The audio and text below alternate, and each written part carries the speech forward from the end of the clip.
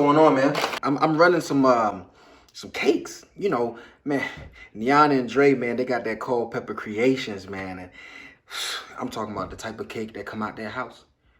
Bruh. Listen, I don't even want to get into it. No, I was just gonna tell you about that new member down at the church.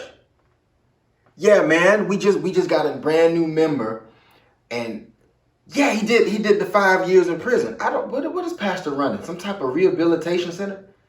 We just taking folks in from all types of penitentiaries and whatnot. No, I get it. But I mean, Pastor just be trying to save everybody, man. I mean, I don't know if everybody can be saved. I mean, the brother got that look in the eye like he's still a stone cold killer. But no, I'm not saying nothing. I'm just telling you what I feel. I feel like, you know, Pastor should have left him where he was. You know what I mean? Every time I walk into church, I feel like I want to hold my wallet. I don't trust it. I mean, people got kids around there. I mean, come on now. That's all I'm saying. But listen, man, while I got you on the phone, listen, man, I actually got a couple stops I got to make. You want to help me? No, I can swing by and... No, of course. I mean, no, you got stuff to do. You're busy. No, yeah, I'll run them. You know, no, there's no problem, man. Get well soon, man. All right. I'm going to talk to you later then. All right. Okay, all right. Well, we're going to do this by ourselves then.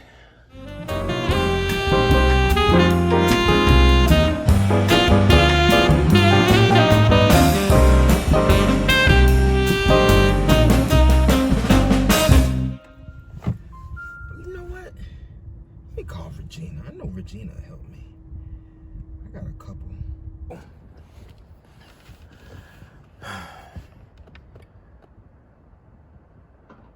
Regina, what's up, sis? Nah, I'm good. How are you? Doing good. Absolutely. Question to ask, huh? No, yeah. I was there Sunday. Yeah. We recorded and everything. We back in the church. Yeah, we're back. Yeah, the message was amazing. The message was powerful. You know how your pastor do. Your pastor be killing it. You know how I ain't even gonna touch that, sis. I ain't even gonna touch that. I could say, but I ain't gonna say. No, so all I was gonna say is, Pastor's a revolutionary. You know he's a revolutionary. You know, I think he was a Black Panther. He got the jacket at the house. Since all I'm saying is everybody ain't about that life. You know, everybody ain't for the march. Everybody ain't for the people. You know what I'm saying? Everybody ain't built for that. You know, but your pastor, you better go out there and stand out there. You better stand out there with him. Go on ahead now. Or it's going to be a problem. Yeah, you already know. No, I'm not. You know I'm not speaking ill of him. You know I'm not speaking ill of the pastor. I'm just saying. Sometimes I think, and I feel the agenda might get little, you got black on one side and white on one side, but sometimes there's a gray area, and sometimes the agenda end up in the gray area. That's all I'm saying. That's. Come on, sis. You know that's not me. Listen, that ain't why I called you. Listen, all I want to ask is, I'm making some runs for Cold Pepper Creations. You know, it's plenty people selling cakes and whatnot. You know, Shalandra, she be running out of that red velvet bun. I be trying to get me a piece, but listen, I'm running some errands. I need some help.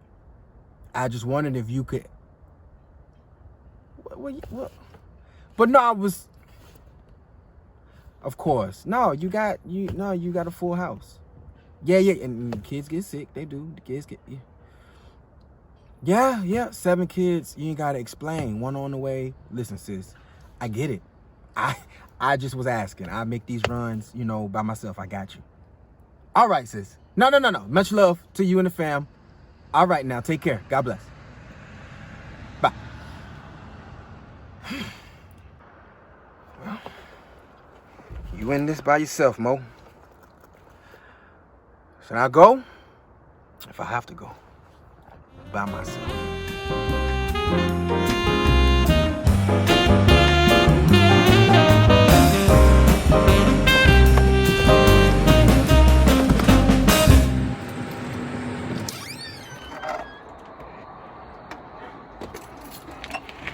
Pastor, how you? What's going on, How you doing, man? Good, man. I'm good. How you doing? I'm good, man. I was in the area, man, and it's been a day. It's been a day. I'm sorry to just barge in on you like that, but you got a second, man? Can I? Absolutely. Can I just come in? Let me just check your temperature. Okay, yeah, man. Yeah. Cool, man. Perfect. We got to keep it safe. You know what I mean? Absolutely. Yeah, let me do this. Man, I appreciate that, Pastor. Man, get out of here, bro. You know you're welcome, man. You can always come back. Man, it's been a day. Oh my goodness. I just man, that's you, man, that's you. It's all good. There you go. I'm gonna sit over. It's all good. Yeah, man. It's all good. Oh my goodness. Welcome to my abode, my brother. How you been? I'm all right, Pastor. Like I said, man, I apologize for the short notice and just showing up on you. But today's been a day. I mean, I started my day off helping folks, right? I'm trying to help, and it seemed like don't nobody want to help me. You know, I'm extending the olive branch. I'm extending a hand here and there and here and there, and don't nobody want to help little old me out. So it just turned out to be more than I thought I could handle. But on my way over here, Pastor, it was like God was speaking to me. You know, because I was in the area. I said, Pastor, let me share this moment I had, because be honest with you, Pastor. Be honest with you. I'm not happy with the way the church is growing. Wow. I think the growth is stunning. Mm-hmm. Somehow, some way. I don't know if people have lost their luster. Mm-hmm. But there's some seasoning deficiencies going on. I don't get it. So being me, I'm trying to figure out a solution. Gotcha. You know, that's how I do. I just try to figure out solutions. And I said, who better come to the man himself so we can figure this thing out? Yeah, man. Well, it's interesting that you came by, because honestly, I've been really, really meditating on those same things, man. Right. And it's not like it's a new thing. Mm-hmm. This is something that is a periodic. Some of these things are just cyclical. You know, over time, you know, the church it'll spark, and then it'll grow, and eventually it will kind of slow up a little bit, and it'll crystallize, and it'll shatter, and then it will rebuild again. But I'll tell you what, man. If I had to just give you a reason for some of what you call growth being stunted, yeah, I think probably we're the most famous or infamous, however you want to choose to look at it, one of the most infamous organizations for self-inflicted pain. Wow. We attack ourselves from the inside. I mean, you would be surprised, huh? You know, maybe you would, but in my mind, you know, I see what you do, and I know you're a committed guy, but you would be surprised how many people attend the church and attack it from the inside out. That's one thing we're believing God for him to give us power over the enemy who's attacking from the outside, but on the inside. And people they're not even recognizing what the attacks look like.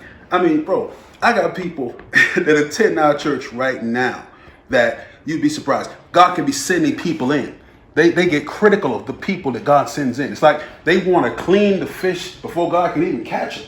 You know? I mean, I got a brother that just recently joined the church, man. Dude just recently came out of the system. And you know how tough it is for people of color, particularly brothers, coming out of the penal system. When we get shoveled in there, man, by the hundreds, by the thousands. And when one survives, if they should happen to survive the gang rapes, and if they should happen to survive being having the justice system's foot being on their neck, and they manage to survive that and get to the house of God, you would think that in the house of God there'd be some brothers that would throw their arms around it. You'd think there'd be Ananias for the Pauls that are coming in the doors. But brother, in church, some of the very same brothers that act like, you know, they so holy and they so together and they so God-fearing and they so this and so that, they'll be the very first ones, bro, that will be judgmental and will put all kinds of prejudice and put all kinds of walls of religiosity up and try to block those very same brothers that are having the problems out here in the world, in the justice system and all that kind of stuff. And it doesn't stop right there, bro. Listen, I got you'd be surprised. I got so many stories. It will kill you. Honestly, there's people in the church, man, and I'm picking on guys right now, man, because our context is men. But you'd be surprised, dude. There are brothers in our fellowship, man, of all places. You know me, you know the things I believe God's called me to. I've been very open about that. I don't want to just be a minister who gives this presentation of Jesus and biblical instruction and religion and all those things without dealing with the human context. I want to be able to lift our people, all people, but primarily our people because of the context that I live in.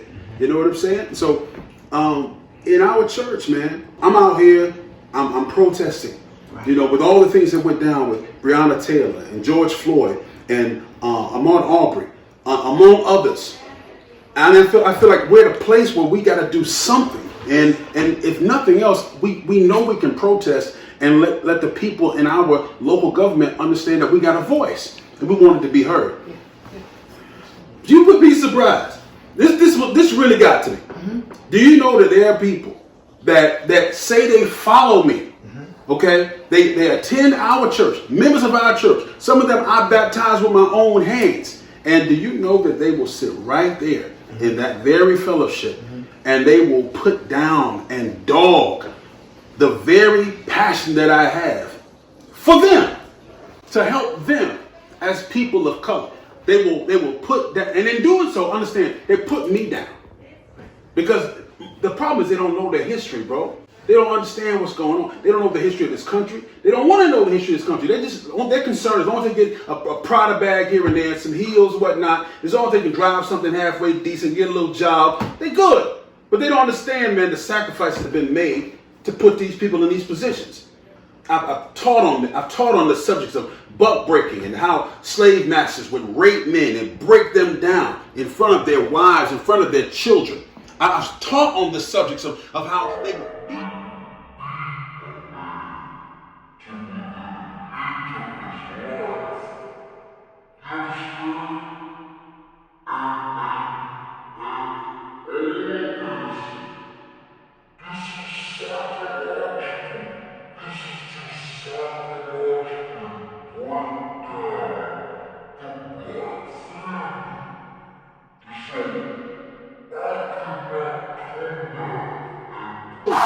I've taught on the subjects of how they would beat a man to within an inch of his life. You understand? And all of this is psychological. This is to psychologically break down the black family. And so I cannot come back and present a Jesus who has been historically misrepresented as a white man and not address these issues to bring these people up. I have to speak to these things in order for this gospel to be holistic, bro. You understand what I'm saying? That would be like me talking to a church full of diabetics and people who are overweight and things of that nature and never addressing health. You feel where I'm coming from? Nobody's going to tell me, well, hey, pastor, you don't need to be talking about health. Let's just keep it gospel. It's crazy.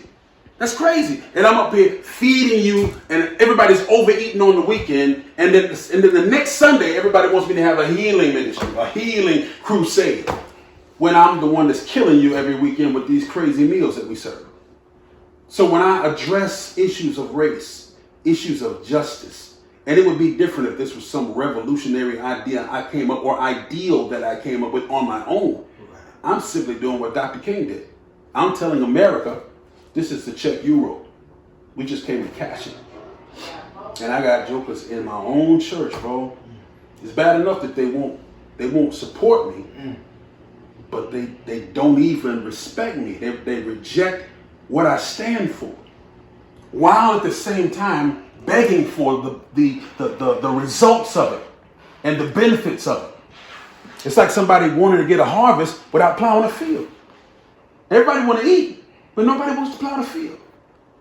I'm telling you, bro, listen. You want to know what stops the ministry? What short circuits its growth? You want to know what'll kill it? I'll be honest with you, it's sad to say. The members. The members, bro. Some of the very people who say they are part of the church, they will destroy it. You understand? And let me tell you something else, man. This is what really gets me. This is hands down. This is the thing that completely blows me away that I don't understand. Do you know that the #1 critics in the church don't even do anything at the church, bro? Half the time they don't even show. But they got 115 things they want to give me that's going to make the church better. They got 115 critiques about the worship team and the drama team and the preachers and, oh, the sermon was too long, and oh, your sermon's too black and all this kind of stuff. And you know what? They don't even half the time show up at the church, bro. That's what blows me away. And I'm like, you know what, man? If you're going to critique something, you should at least put in on it. If you ain't going to be willing to put in on it, you know what I say? You need to get somewhere and sit all the way down, bro. I don't even want to hear it. I don't want to hear it. You know, that's the kind of stuff that just gets on my nerves, you know. But I'm going to tell you something, bro. I can respect any man, any woman that will come to me with a legit critique and they got their hands in there, their blood, sweat, and tears is dripping into the soul of that ministry. I can respect that, bro. You know what I'm saying? See, what do you do? What do you do at the ministry right now?